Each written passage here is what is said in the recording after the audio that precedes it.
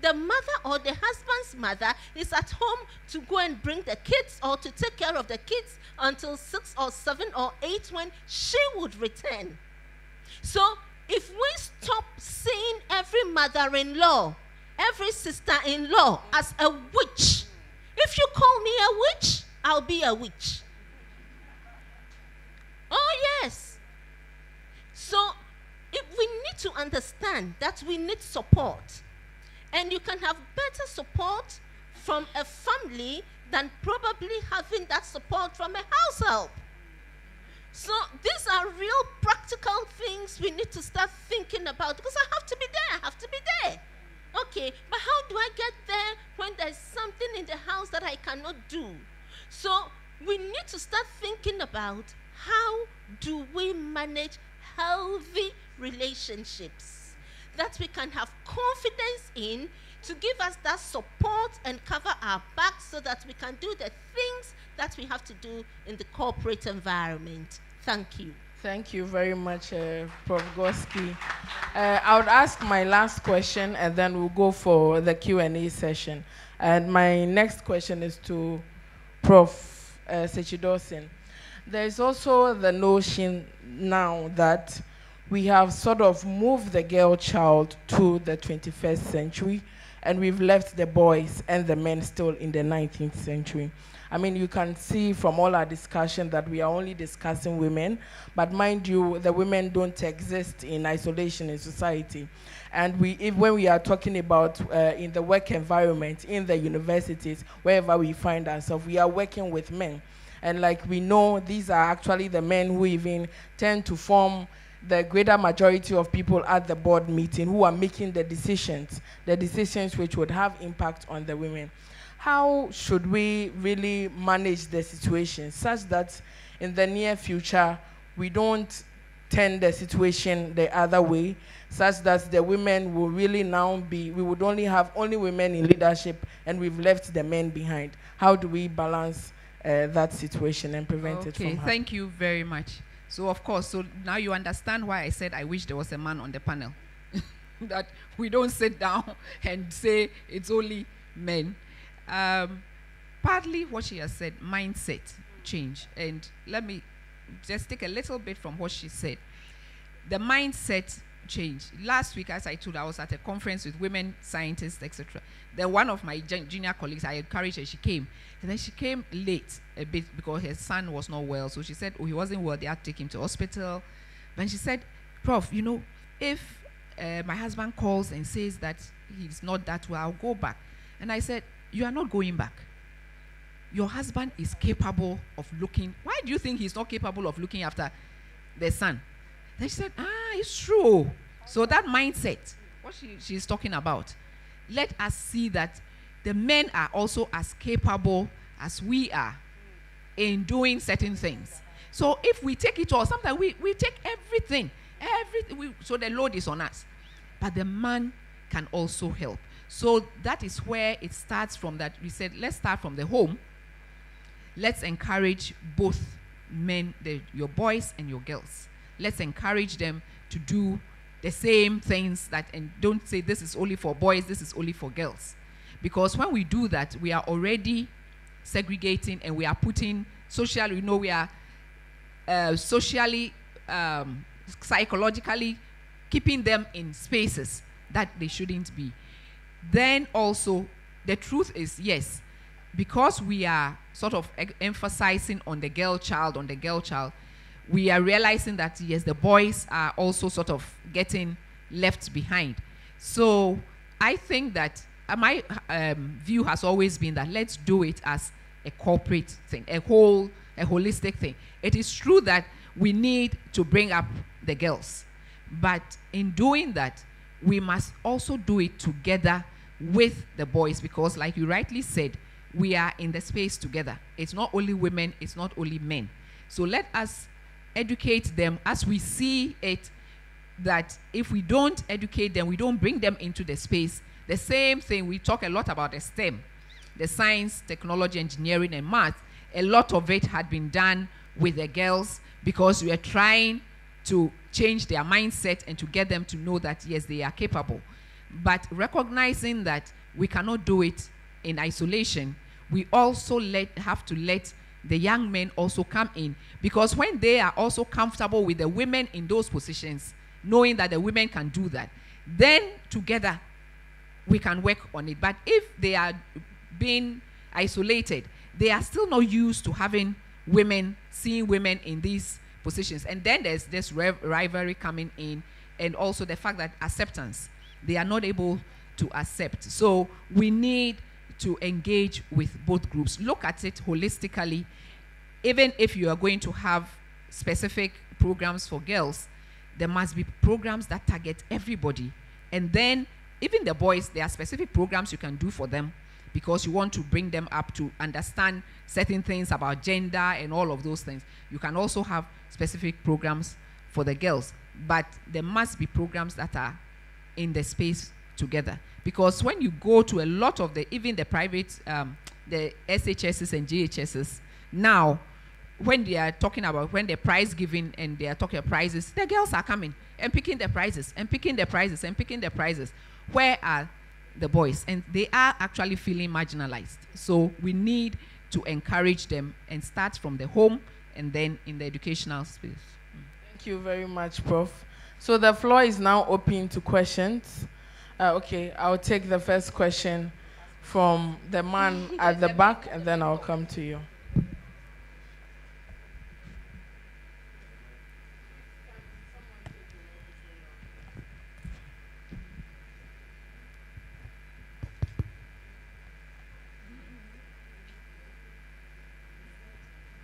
Okay, thank you, moderator. I am Dr. Nnamdi Nwodu from Igbinedion University, Nigeria. I'm so glad I came, and at least I'm fortunate to listen to women talk. Number one thing I want to say, it will give me joy as a person, right, to remain in the house while the woman goes to take care. I will be very, very, very glad. So that suggestion, I wish you would expand it, work on it, so that you know what it means. It's a big relief on me, I'm sure you understood me.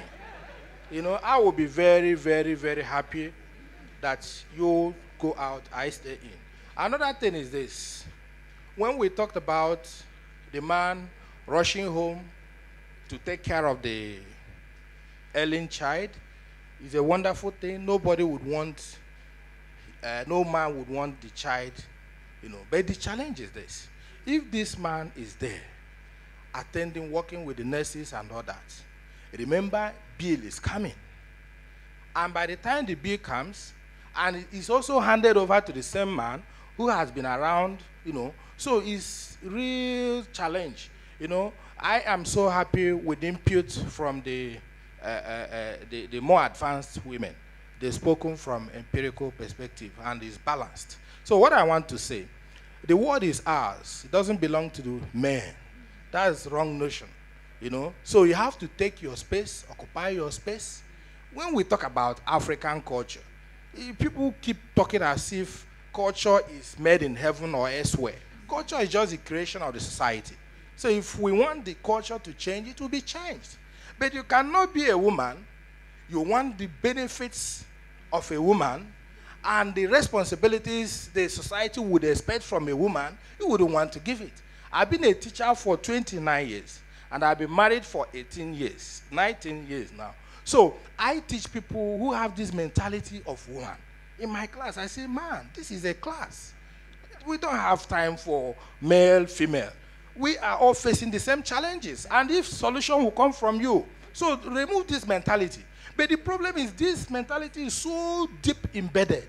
The way she is dressed, the way she walks, the way all the much attention that is given seems to be the other way. So I want to use this opportunity to appeal to the young people. It's unfortunate we are talking to more of Ghanaians. Africa is too big to be represented so homesomely with by Ghanaians. But let me speak. I'll have opportunity to speak to others. What I want to say, you can change it. Yeah. You have all it takes. Like I've told you that I will be a happy man being in the house, taking care of my lovely daughter. why somebody release me, I will be happy. And I know many men will.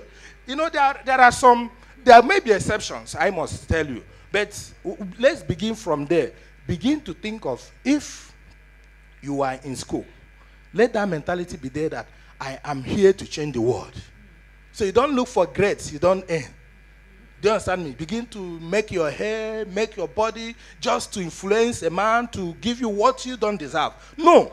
You can get, I have students who are first class, who, in fact, in my department, who have produced more first class female than male. But if you look at those people, you will discover that they seem to have lost sense of womanhood. Because they are, what I mean by womanhood, I pray you understand me, they don't seem to be influenced by all this. They are focused 24 hours, and they get the result. But a situation where the psyche of the woman is so, tilted towards this benefit without responsibility, it keeps us where we are. So I want to appeal to you, just choose the word you want. Work towards it. You cannot be talking about mindset change without responsibility. Immediately you change your mindset, you change your word, and you get what you want. Well, I wouldn't want to continue talking, but let me say, change your word. You have all it takes. Thank you so much. Okay, can we hear from another Nigerian next to him? Thank you very much. I am Kelechi Nandi from Imo State University, Nigeria. I think the women are changing. And we are not expecting any man to take our responsibility. I think the women are there to even, before they said women compliment, we have done more than compliment. We have done more than even some men can do in their homes. Now, I want to, when we said, during the time she was talking, she said the women, one of the reasons why they are not given this opportunity of leadership is the fear of messing things up. Another one also concurred to that.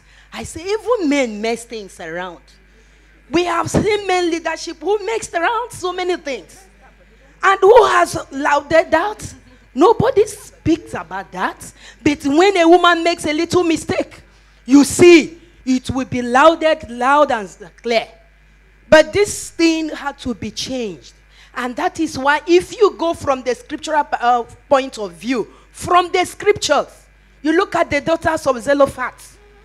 Ordinarily, they wouldn't have had a mouth in Israel. But they instituted that culture now. That even in my community, even if your father doesn't have a male child, you can stand and say, I need my father's plot of land. And nobody can contend to that. It's because of the daughters of Zelophehad. If you still go back there, you look at Balak and Deborah. At a time in Israel, there was no leader who could stand against the enemies. But when the prophecy came, Deborah said, go and fight them. He couldn't have done that if Deborah had not stood on his side. These are women. And when we come to this generation now, we have women who have understood that I cannot be relegated. I cannot just be kept behind. We have them, most of them in Nigeria. I don't know here in Ghana. But we have in the literary world, we have this young lady speaking now, the Chimamanda Adichie. We have them. We have so many of them. After all, even in Nigeria, the first woman pilot, Chinyere Onyemucha, is an Igbo woman. So many things that women, do you know one thing is special about women? We are so unique. And until we understand this unique nature in us, we cannot go anywhere. This idea you say women are looking for, benefits without responsibility. These are women. We find them, those mediocres. Look at my honorable woman there. She has family, she has responsibility. And of course, when she is working, she is also providing for the family. She cannot be seated and expecting the husband to carry the whole loads. We help them, and if we don't, their head will break. Because we are the neck that carries the head, not the head. So you see, women are just, engineering their homes. So you discover when we understand this, we don't sit down for them to work for us. Thank you very much. We'll take the next question. Shall we please be a bit brief in our submission? Okay, there's a hand here, and then I'll come to Abednego. Okay. Okay, you have the microphone already, please. Right. So you will talk, she will talk, and Abed before we will come back. All right, thank you. My name is Siam Alexander Kwame, the UPSCSR CPRO. And when I came to level 100, I realized something unique. I realized there was a position called Women's Commissioner, or Women's Commission slated for the women. And I asked myself, what is that position meant to do? It's supposed to take care of women. What about the man? So from the onset, we've actually placed women in one corner. That, okay, we are creating a position for the woman to take care of the fellow ladies on campus. Far back in junior high, in a class of about 64, we had 18 boys, and the rest were ladies. Okay, and when it was time for position, the ladies stood for prefect positions. That's the head girl, and then she won. And then because there was no guy, we were forced to make the lady the head. But then back when I was informed to, we had the head boy and then the vice, and then the head girl and the vice. But then the head boy was there before the head girl. This is the problem. We are talking about women empowerment. What are we really empowering? The women, are they really ready to empower themselves? That's the question. Affirmative action. What is really affirmative action? Allow ladies to get the position. Why don't we allow the ladies to fight with the guys equally?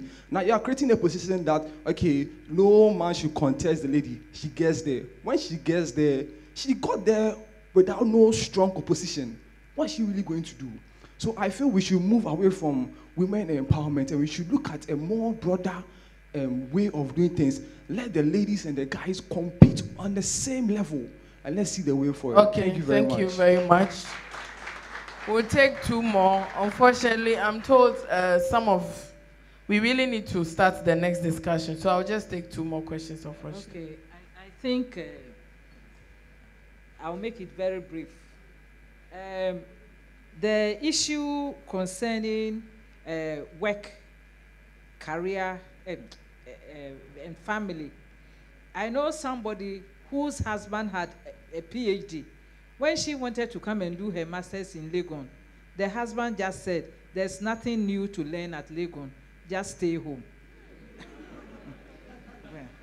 I want to find out if there's a way of us working towards having policies and conditions of service that will make it flexible for the career woman in relation to maternity leave. You know, I know some time ago we were talking about paternity leave. I don't know where it ended. So now that some men are ready to take care of their families, maybe it's something that we should start working on. Okay, thank you very much. Then the last one is we are talking about the youth. But let's not forget that in this time we are having very high prevalence of teenage pregnancies. So if the girls are in the JSS and even some in the SHS are not taking taking care of themselves and getting themselves pregnant, there is no way they can make it in the educational ladder to also come to take on responsibilities. Okay, Abednego, quickly, please. I'll be very brief. You see, I'm all for this equality of job placement, but you see, there are physiologically makeup of women. If I am a service provider for a telecommunication company, and I want people who will be working on my mast, do you think I'll pick up a lady? Because when the lady gets pregnant, it means for 6 or 9 months, I have no service from that person. So I think at such forums, you should also be looking at how you guide the ladies to take jobs, the professions they want to eventually go to. If I want to be a driver with the MMT, Metro Mass Transit, from the time I'm pregnant from the 3rd month, how would I now give input to my employer? So I think critically, you should also be looking at how you guide them in the way they select their professions when they are coming up. So that's all I wanted to. Okay, thank you very much. I think I saw quite a lot of hands up, but I've been alerted the session, the time is really up. And so I'll give the opportunity for us to hear from our panelists. I'd want one of the young ladies to talk, and then one of the elderly women, the more experienced women, to also talk, and then we'll come to our chair and we'll end the discussion. In giving your final submission, you can try to address some of the issues, but very quickly. Okay, I wanted to talk more on when he talked about why are women being empowered. I think, first of all, the table is not set fairly. That is why women need to empowered. And as you rightly said, it is all about equality. So let's set the table. Let's all be equal. Let's fight for the position which we deserve, or everyone deserves, the man and then the woman deserve. So it is important that we empower, because we had been left behind. We are now catching up to the situation. And so we can't just ignore that women should be thrown into it. There should somehow be a little bit of thread or rope for us to get to your position, and then the table can be set for us fairly to go to battle boot for boot. I don't think you would even be comfortable voting for a woman SRC president here in UPS. I don't know whether you have had one before. So that is why women need to be empowered, be given the confidence that we can do it, and then not hide behind there is one slot for a women's commissioner, and so that needs to be filled. With that being said, it is very important that we give opportunity to women. And I thank so much for where I work, the Association of African Universities. I have a woman director of ICT and knowledge management. I have a woman HR. I have women spearheading ACE projects for the World Bank. And it gives us the vision that we can get there.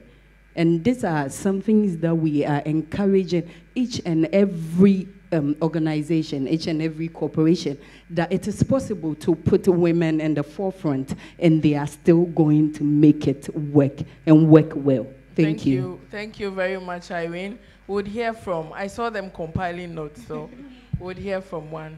Okay, thank you very much. I have been asked by my very senior colleague. Anyway, let me say once again that she was my lecturer. She taught me during my MPhil at the University of Ghana, and she's been my mentor since. So, she's a mom. So I'm sitting with my mom. And so she's asked me to touch on the issue of sexual harassment.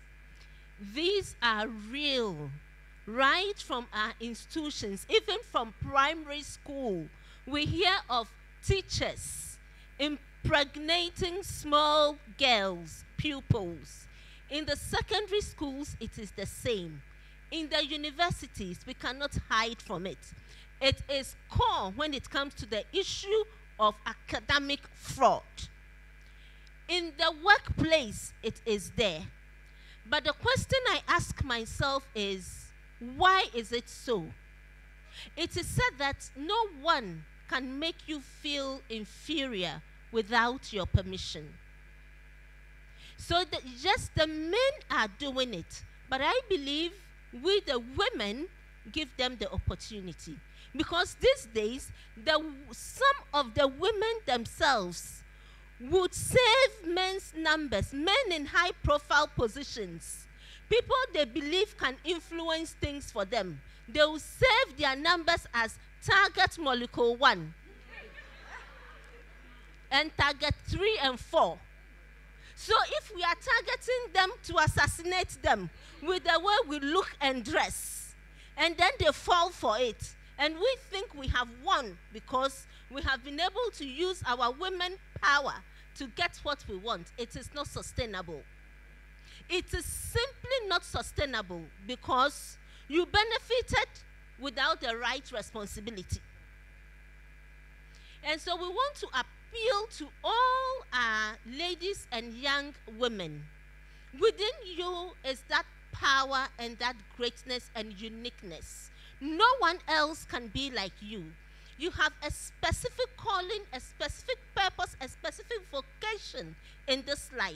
Look for it and have the confidence to attain it to the highest level that you can. Let no one deceive you that without a certain man helping you, you cannot reach there. It never has worked for some of us. For me, I don't know that without somebody helping you. And I know for my mom and many of the women who had gotten to the top, they'll tell you the same. So let's brush that off. Then, just to add that, it is important for us to realize that as women, we are supposed to be in charge of our own vision, of our own mission. Nobody else can do that for us. And so the mindset thing is very, very important. Once we get the mindset thing right, then we are on the path to achieving the goals that we want to achieve. Thank you very much. But remember the flexibility. We have Lawa Open University, and I'm the president or the vice chancellor. So from here, if you need any information, don't hesitate. You can be at home and work and get your qualifications in Ghana. Thank you. Thank you very much, Prof. Goski. So at this point, we'll call Dr. Violet Makuku, the chair, to briefly, under 1 minute, kindly end the session for us. Under 1 minute. I can't do it in 1 minute because I've been taking everything and checking what has been left. So allow me. Thank you. So what I want to touch on is quite critical. Some of the things that I think we left behind. I want to talk about bringing up our children in the home. Let it start there. Boys and girls, the brothers and sisters, they should respect each other. Those who have got boy children, they've asked them to do some of the chores that the girls do because they don't have the girl children. So as they become managers, I think those people are quite tolerant to women and understand things. The curriculum content, not in university alone. In university, it can be a university-wide course. For it to be embracing, it should be gender something something in order not to leave the boys behind and address some of the issues that have been raised. But still, we need to start it even from class 1 going up so that we nip in the bud. By the time they grow up, we know what to do. In the higher education terrain, I've given this university-wide course, but we also have what we call the African Quality Rating Mechanism in AAU. It's a tool that has been developed by our ministers in higher education in the 56 African countries to make sure that we improve institutional governance and all, but among the key things under governance, which we normally score when we do institutional evaluation, is to check the balance of power between men and women. So it's there. If the VC is male, the DVC is female. I've seen it in Mozambique, I've seen it in South Africa, and I say let's follow the same. Then in Ghana here, there's one thing that I'm very happy about. In most countries, why women don't get into political leadership is because you need to start by being an MP. You campaign to win as an MP. That's when you can then be a minister. But this has got its own challenges, name calling, this victimization and all. But here in Ghana, I know of the former minister of higher education. I can't pronounce Ghana names. Nana. You see now, that woman. We all know her because of her dignity, integrity, and all. And I understand I'm a Zimbabwean, but roughly 3-4 years in Ghana here. I stand to be corrected, but when she came in, I understood she did not belong to any political party. That's something else. But I know that she was not an MP to begin with. So those are some of the issues which we need to look at. And then there are 3 categories of women. This one is very key. There are women who pull other women down, because they are seeing other women progressing and they are doing the mathematics of pulling them down. Then there's another category of women who chicken out when victimized or labeled. Look at a prostitute. She has done this. She has when you know you haven't done it, stick to your goal. For everyone, it has happened, but sooner or later, they will prove who really you are. The third kind of woman is the one who gives excuses. Excuses, I can't do this because of that. I can't do this because of that. Then, I just want to come to another one where women should also be volunteers. Even before somebody then appoints you, you have a track record of volunteering. But whatever you volunteer to do, it has always been successful. And everybody talks about it in the company that you work. And so when time comes, they will support you. Some men, can I do the last yes, the next 2 seconds? The last 2. Some men suppress their wives, but they promote their sisters. That is very bad. It goes closely along to our culture and social relations. If your wife is a female, your sister is female, why are you suppressing your wife and supporting your sister? This is partly cultural, and I think it's highly retrogressive. Culture is dynamic. We need to do things differently, and we need to change our mindsets. These have been said. I thank you. Thank you all very much for engaging with the discussions. We want to thank our chair. Those last words were really very powerful. And then, of course, you would agree with me that our panelists have been very strong and they've really digested the issues. Can we please give them a round of applause? And then we also want to thank you all. I saw that there were many hands up, which means that we all really have the issue of women